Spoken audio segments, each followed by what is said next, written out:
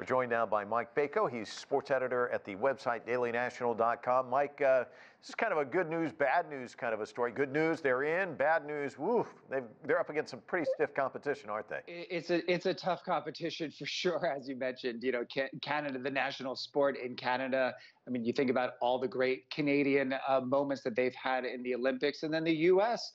having that rivalry with Canada. So two formidable opponents. So it may be a short-lived visit into the Pool A, as you mentioned there, but it is great exposure for them. It is great in terms of building just the awareness that this is a sport that they can excel at. So whether they go out there and get blown out in each game, the fact that they are actually in and that their countrymen can see their players play at the highest level against all-time players from both the Canadian team and from the U.S. team, that's half the battle. Yeah, I was just talking to somebody who's been to 20 Olympics, and they were saying the nice thing for people in China is that you can get your hands on tickets, because these kind of events, those are really the tickets that are tough to get to, so they'll at least be out there in big numbers to cheer them on. Let's talk about something that's kind of taking place off the ice, off the ski slopes, and that's, of course, this new variant.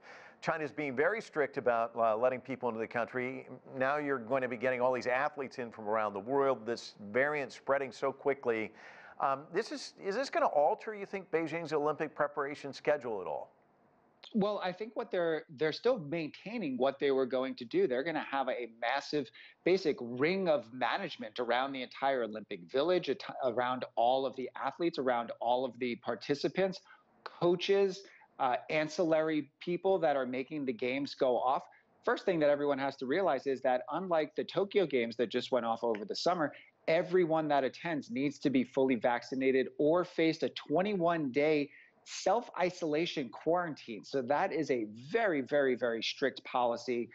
If you think about the U.S. contingent that went over for the Tokyo Games just a few months ago, they were highly vaccinated, but still only at about 90%. So they're going to need to be fully vaccinated going into these games. So that is one of the countermeasures that they're hoping to do.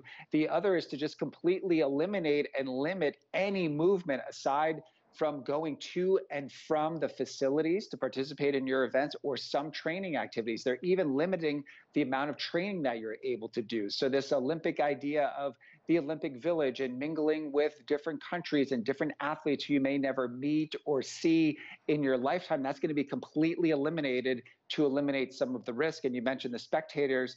The spectators are only going to be Chinese people that live there on the mainland, so no outside visitors at all.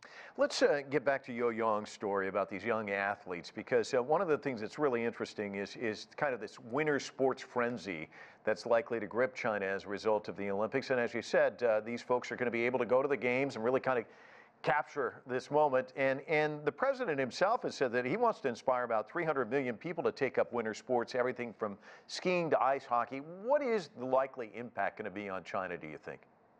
Well, when you're just looking at the number of facilities that are being built, you're thinking about the different ski resorts that are being built, tripling and quadrupling over the last 3 to 4 years.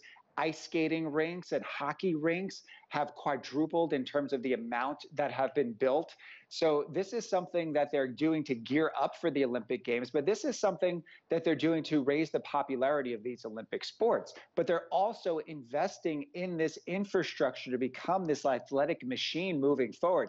Yes, these Beijing Games in 2022 are going to be the jumping off point, but what they're really looking to do is try to recreate the success that they have in the summer games, in the winter games. That's going to be a big lead up. I don't think they're going to go from not really participating in too many of these sports or having too much of a traditional background in them to being first or second in medal count like they almost are in the summer games. What you're going to see is a gradual buildup with so many hundreds of millions of residents taking up these sports. The hope is that the younger generation makes this part of their sporting DNA, if you will, so that the next generation of Olympic athletes are not too far behind. Yeah, it'll be fascinating to watch. Mike, always a pleasure talking to you. Thanks so much for your insights. Thank you, Mike.